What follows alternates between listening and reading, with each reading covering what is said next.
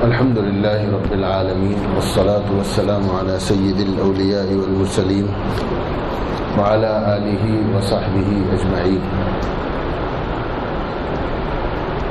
فقد قال رسول الله صلى الله عليه وسلم: من عاد مريضا أو زار أخا له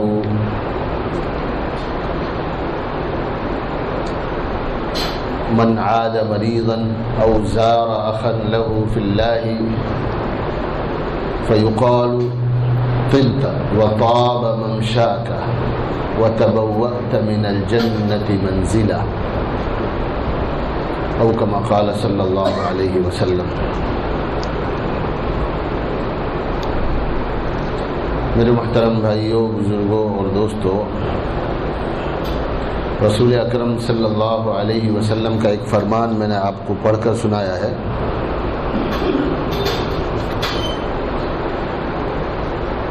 جس کا مقصد لوگوں سے اللہ کے لیے ملنا ہے. اللہ کے نبی صلی اللہ علیہ وسلم نے فرمایا: من عاد مریضا، جو کوئی آدمی مریض کی عیادت کرے، کوئی بیمار ہو اس کی خیر خبر لینے کے لیے جائے،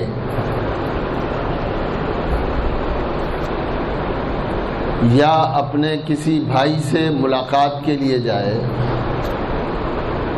اور یہ جانا کسی دنیاوی مقصد کے لیے یا کسی اپنے کام کاج کے لیے نہ ہو، تو اللہ تعالیٰ کی طرف سے ایک فرشتہ متعین کیا جاتا ہے، اور وہ فرشتہ جو ہے راستے میں مل کر کہتا ہے: طبت، تم خوش رہنا، تم جو ہے خوش رہنا، بھلے رہنا، تندرست رہنا، عافیت میں رہنا، اور تمہارا یہ جانا بھی خوشی اور عافیت کی نشانی ہے، تمہارا یہ جانا بھی خوشی اور عافیت کا ذریعہ ہے، اور تمہیں اس کی وجہ سے جنت میں ایک مقام، ایک منزل، ایک گھر اللہ تعالی عطا فرمائیں گے.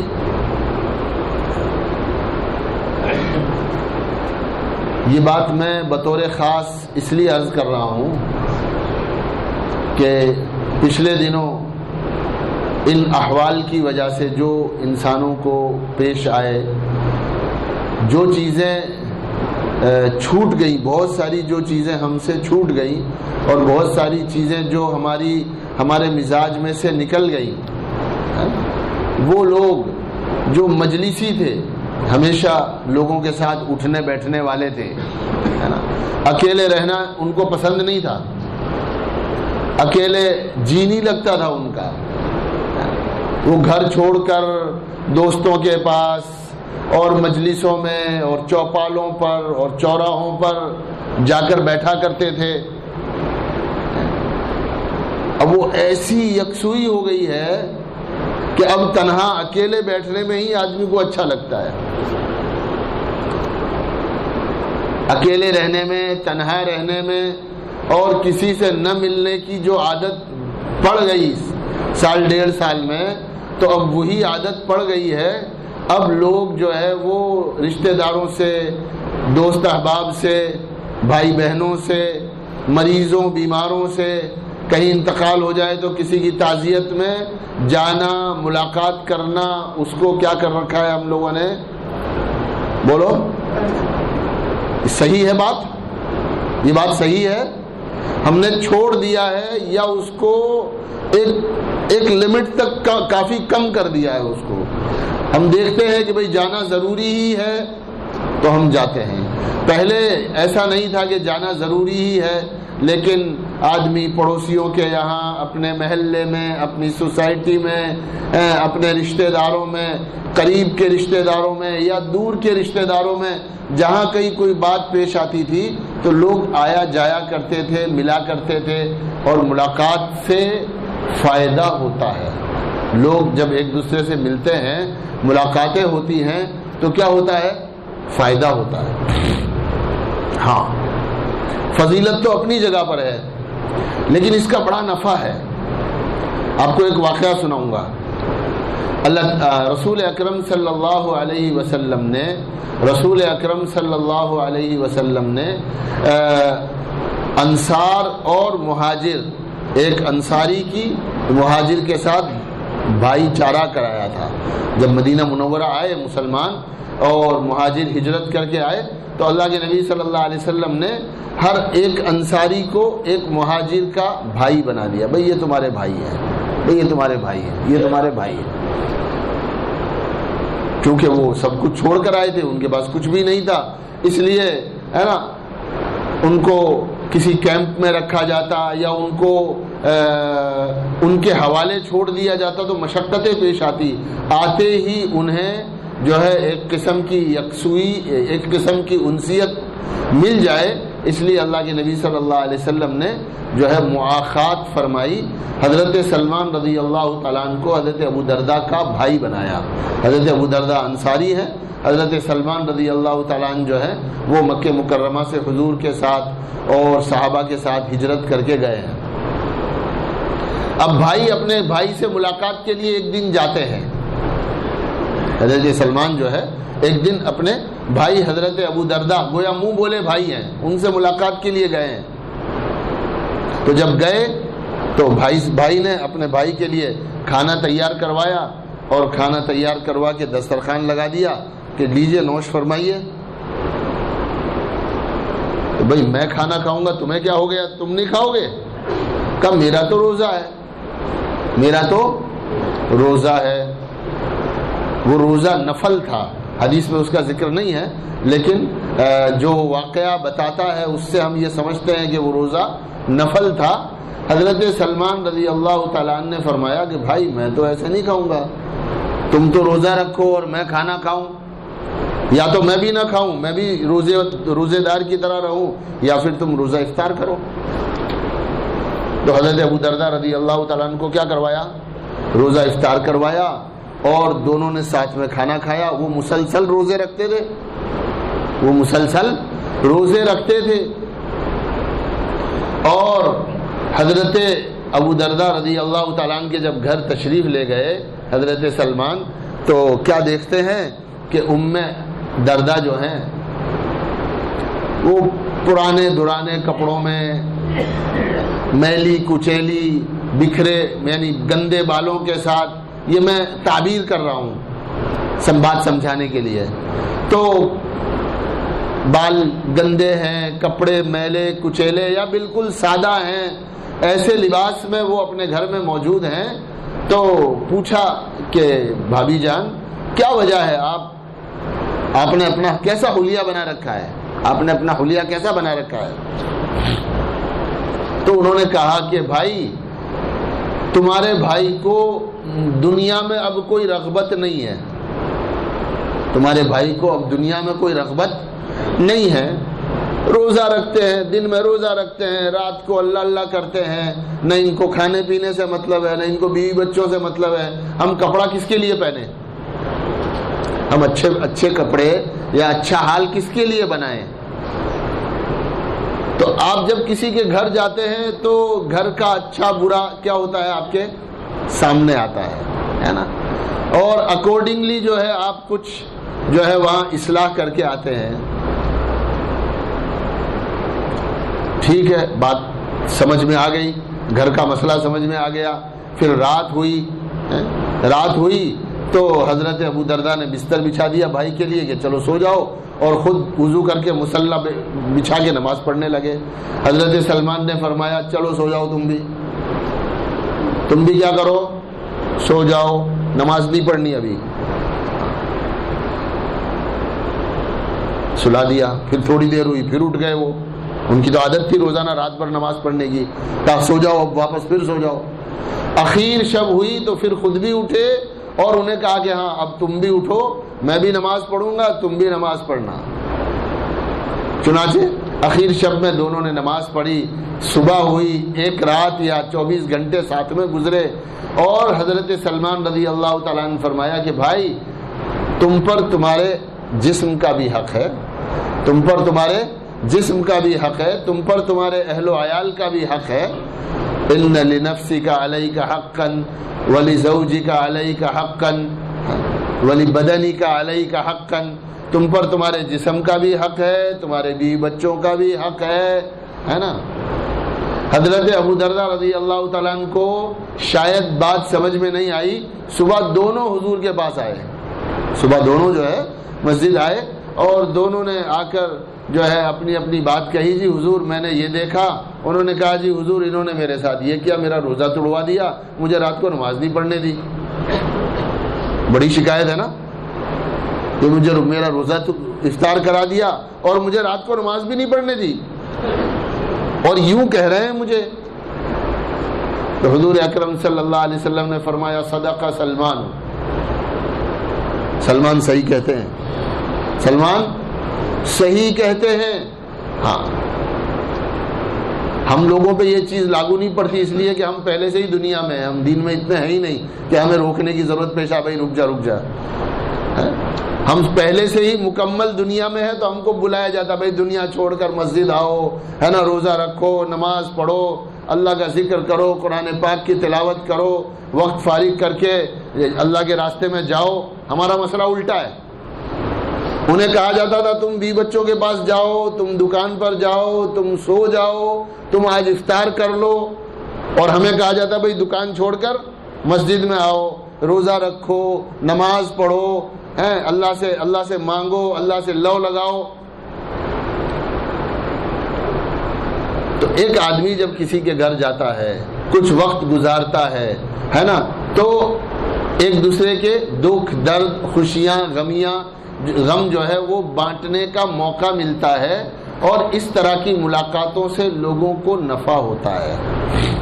خاص کر ایسے کسی آدمی سے آپ ملاقات کرو جو ڈپریشن میں ہے، اکیلا تھکیلا ہے، اس کے کوئی زیادہ ملنے جلنے والے نہیں ہیں، اور آپ ان کے پاس جاؤ، ان سے ملو، ان کے پاس بیٹھو، ہے نا، ان کو چائے پلاؤ یا ان کی چائے پی لو، ان کے مہمان بن جاؤ یا ان کی مہمان نوازی کرو، تو آدمی کہتا ہے آج بہت اچھا لگ رہا ہے مجھے، آج مجھے بہت اچھا لگ رہا ہے، میں تو یکسوئی اور تنہائی مجھے کاٹتی تھی، تنہائی جو ہے وہ مجھے کاٹتی تھی، میں چاہتا تھا کہ کہیں جاؤں، لوگوں سے ملوں، لوگ مجھ سے ملیں، ہے نا، ہم اپنا دکھ درد کیا کریں، بانٹیں، کچھ ہنسیں، کچھ بولیں، ہے نا، کچھ ایک دوسرے کی بات سنیں سنائیں، تاکہ ایک دوسرے سے انسیت ہو۔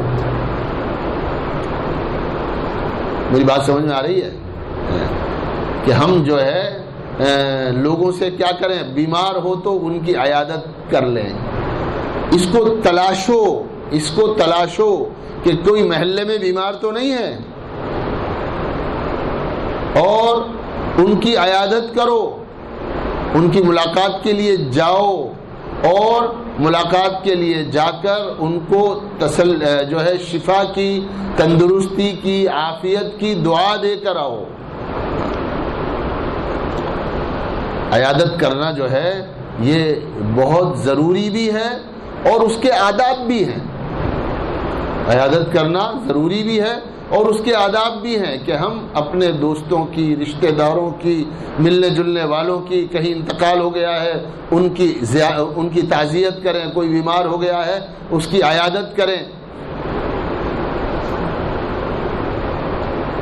اللہ کے نبی صلی اللہ علیہ وسلم نے فرمایا کہ جب تم کسی کی عیادت کرو تو اسے شفا کی دعا دو، اسے کیا کرو، شفا کی دعا دو کہ اللہ تعالیٰ آپ کو شفا دے۔ اور اگر عربی الفاظ یاد رہ جائیں تو اللہ کے نبی صلی اللہ علیہ وسلم نے فرمایا یہ دعا 7 مرتبہ پڑھ دو اس کے اوپر، بسم اللہ العظیم رب العرش الکریم ان یشفیک، بسم اللہ العظیم رب العرش الکریم ان یشفیک، یہ 7 مرتبہ پڑھ دو اور پڑھ کر اس پر دم کر دو۔ اگر موت نہیں آنی ہے اس کو اس بیماری میں، تو تمہاری اس دعا سے بندہ شفا پا جائے گا، تمہاری اس دعا سے کیا ہو جائے گا، بندہ شفا پا جائے گا۔ اور اگر موت آنی ہے تو ہماری دعا یا ہمارے اچھے کلمات جو ہے وہ اس کی تقدیر کو تو بدل نہیں سکیں گے، لیکن اللہ کے نبی صلی اللہ علیہ وسلم نے ہمیں یہاں بھی ایک ہدایت دی، اذا دخلتم علی المریض، حدیث پاک ہے، اذا دخلتم علی المریض فنفسوا له فی اجلہ فإن ذلك لا يرد شيئا ويطيب نفسه یا ويطيب نفسه، جب تم کسی بیمار کے پاس جاؤ، جب تم کسی بیمار کے پاس جاؤ تو فنفسوا له فی اجلہ، تم اس کو لمبی عمر کی دعا دو، تم اس کو کیا کرو، تم اس کو لمبی عمر کی دعا دو، اللہ تعالی تمہیں شفا عطا فرمائے، تمہیں لمبی عمر نصیب فرمائے۔ ارے کیا گھبراتے ہو، اللہ پاک شفا دینے پر قادر ہیں، بیماری اللہ دیتا ہے، شافی بھی اللہ ہی کی ذات ہے، جو اللہ بیمار کرنے پر قادر ہے وہ شفا دینے پر بھی قادر ہے، اور اس میں کوئی شک نہیں ہے۔ تو اس کو کیا کرو، اس کو لمبی عمر کی، صحت کی، شفا کی دعا دو، فنفسوا له فی اجلہ۔ اب آپ دیکھ رہے ہیں ہے نا، گھر والوں نے بتایا ہے صاحب یہ تو آخری وقت ہے نا، ڈاکٹر صاحب نے بول دیا ہے بس لے جاؤ ان کی سیوا کرو، وہ سب گھر والے آپ کو بتاتے ہیں کہ ڈاکٹر نے یہ کہا ہے، آخری سٹیج ہے، آخری مرحلہ ہے، تو اب وہاں بیٹھ کر آپ اپنی سائنس مت بگاڑو، ہے نا، آپ اپنا نالج جو ہے وہ مت دکھاؤ کہ بھائی اللہ تو کرنے والا ہے، باقی ایسی بیماری فلاں کو تھی وہ بھی نہیں بچا، ایسی بیماری ہمارے محلے میں ایک فلاں کو بھی تھی وہ بھی نہیں بچا، ہے نا، ہمارے رشتہ داروں میں سے ایک کو بیماری تھی وہ بھی نہیں بچا، اللہ آپ کو شفا دے۔ تو کیا حاصل ہوا آپ کے اس کلام سے؟ مریض کو تسلی ہوئی یا مریض کا ایک ٹکٹ آپ نے بھی پھاڑ دیا، مریض کو آپ نے بھی ویزے کا اسٹمپ لگا دیا بھائی چلو، ہے نا، کہ نہیں، آپ سمجھداری سے، ہوشیاری سے، ہے نا، اس ہدایت کے موافق جو اللہ کے نبی صلی اللہ علیہ وسلم نے ہمیں دی ہے، حضور نے فرمایا فَنَفِّسُوا لَهُ فِي أَجَلِ فَإِنَّ ذَلِكَ لَا يَرُدُّ شَيْئًا، تمہاری اس دعا سے کچھ نہیں ہوگا لیکن مریض خوش ہو جائے گا، تمہاری اس دعا سے کچھ بھی نہیں بدلے گا لیکن بیمار خوش ہو جائے گا، اس کو امید بند جائے گی، اس کو تسلی آ جائے گی، اس کو کچھ سکون اور قرار آ جائے گا۔ تمہارے دو بولوں سے اگر کسی کو سکون و قرار آ جائے، جو سکون و قرار اسے دوا سے نہیں آ رہا، تمہارے دو بول سے آ رہا ہے، تمہارے ہنسنے سے آ رہا ہے، تمہارے اچھی بات کرنے سے آ رہا ہے، تو اس سے بہتر اور کیا بات ہو سکتی ہے؟ اللہ کے نبی صلی اللہ علیہ وسلم نے فرمایا جو آدمی شام میں کسی مریض کی عیادت کرتا ہے، اللہ تعالی 70,000 فرشتے متعین کر دیتے ہیں جو شام سے لے کر صبح تک اس عیادت کرنے والے کے لیے مغفرت کی دعا کرتے ہیں۔ جو آدمی صبح میں کسی کی عیادت کرتا ہے تو اللہ تعالیٰ اس کے لیے فرشتے مقرر فرما دیتے ہیں جو صبح سے لے کر شام تک اس کے لیے مغفرت کی دعا کرتے ہیں۔ تو ملاقات کا ایک عنوان لوگوں سے عیادت ہے، بیماری ہے نا۔ ملاقات کا دوسرا عنوان جو ہے یوں ہی ملاقات ہے، یوں ہی کوئی کام نہیں ہے، لیکن ہم اپنے کسی بھائی سے ملاقات کے لیے جا رہے ہیں، اپنے دوست کو آپ نے بتا دیا بھائی آج ہم آپ کی ملاقات کے لیے آئیں گے، وہ پوچھتا ہے سامنے سے اکیلے ہو؟ کتنے گھر والوں کو بھی لے کر آنا، بہت دن ہو گئے ہماری ملاقات نہیں ہوئی، آپ گھر بچوں کو بھی لے کر آئیے۔ چاہت ہوتی ہے آدمی میں کہ کوئی ہماری ملاقات کرے، تو آپ کیا کیجئے، آپ جو ہے جیسے پہلے جایا کرتے تھے اب واپس سے دوستوں کے یہاں، رشتہ داروں کے یہاں، ہے نا، ملنے جلنے والوں کے یہاں، کاروباری تعلق والوں کے یہاں، ہے نا، چھٹی کے اوقات میں جو ہے کیا کریں، چلے جایا کریں۔ ایک حدیث ہے، ایک شخص ایک کی ملاقات کے لیے جا رہا تھا، تو اللہ تعالیٰ نے ایک آدمی کو بھیجا کہ اس کے پاس جاؤ۔ اس نے آ کر، فرشتے نے آ کر پوچھا کہ تم کہاں جا رہے ہو؟ کہ فلاں کی ملاقات کے لیے جا رہا ہوں. اچھا، تو کیا وجہ ہے؟ کوئی دنیاوی کام کاج ہے؟ کہ نا، کوئی دنیاوی کام کاج نہیں ہے. کوئی اوبلیگیشن ہے؟ اس کا تم پر کوئی احسان تھا جس کے چکانے کے چکر میں اس کی ملاقات کے لیے جا رہے ہو کہ چلو ملاقات کریں گے اور شکریہ ادا کریں گے؟ کہ نہ، ایسی بھی کوئی بات نہیں ہے. کیوں؟ بس اللہ کے لیے ملنے جا رہا ہوں، ایسے ہی، کوئی بھی کام نہیں ہے، اپنے دوست سے اللہ کے خاطر ملاقات کے لیے جا رہا ہوں. اب ایسے وقت میں اگر کوئی آپ سے پوچھے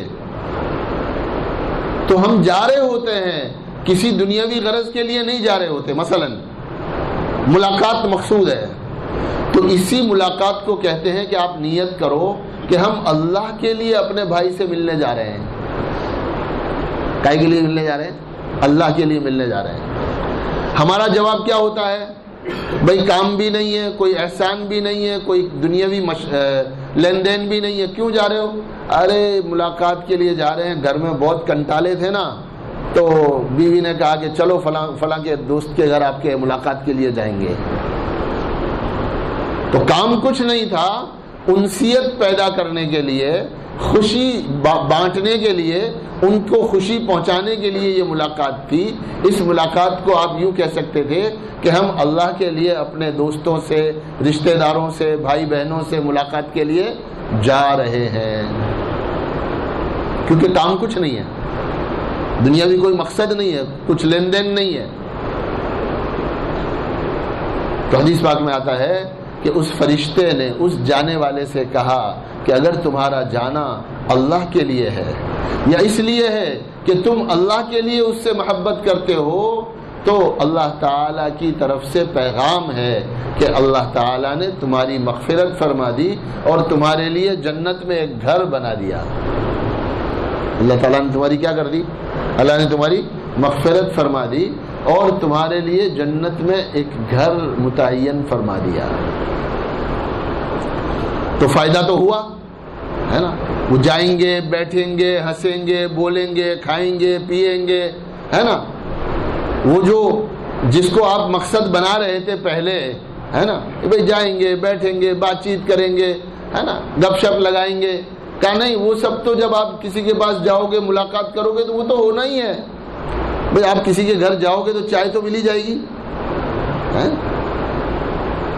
کہ آپ ایسا سوچ رہے کسی سے ملاقات کے لیے کہ فلاں کے گھر جو ہے اس لیے جا رہے ہیں تاکہ چائے پیئیں گے؟ وہ تو آئے گی چائے، تو ناشتہ تو ہوگا، ہے نا، اکرام تو ہوگا، وہ تو لازمی چیز ہے نا. ہنسنا بولنا بھی ہوگا، گپ شپ بھی ہوگی، وہ چیزیں تو ہونے والی ہیں. ہم کیوں جا رہے ہیں؟ ہم اللہ کے لیے ملاقات کی غرض سے جا رہے ہیں. تو واپس سے کیا کرنا ہے؟ بیمار ہو تو اس کی عیادت کے لیے جانا شروع کرنا چاہیے، ہے نا. دوستوں کے پاس ملاقات کے لیے جانا چاہیے، رشتہ داروں کے پاس ملاقات کے لیے جانا چاہیے.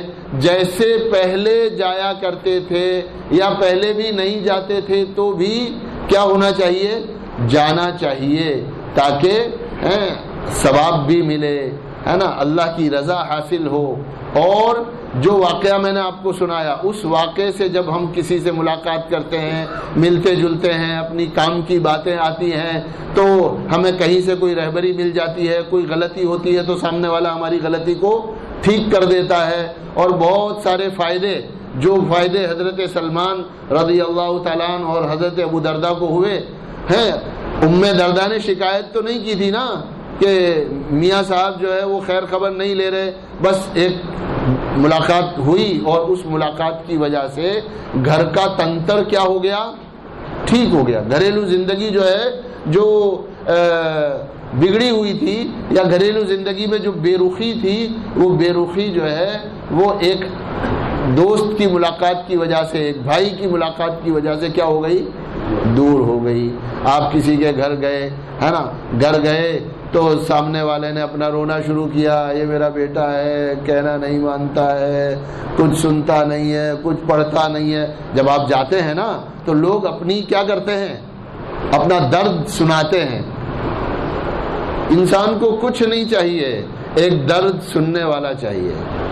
کون چاہیے؟ آپ درد ٹھیک بھی مت کرو، ٹھیک کر بھی نہ پائیں گے شاید ہم، لیکن کوئی ہمارا درد سننے والا ہو جو ہمارا دکھ، ہماری تکلیف، ہماری پریشانی کو کیا کر لے، سن لے. اب وہ کہنا شروع کر دیا اس نے، اب بیٹا کہنا نہیں مانتا، پڑھائی نہیں کرتا، فیل ہو گیا، یہ ہو گیا، وہ ہو گیا.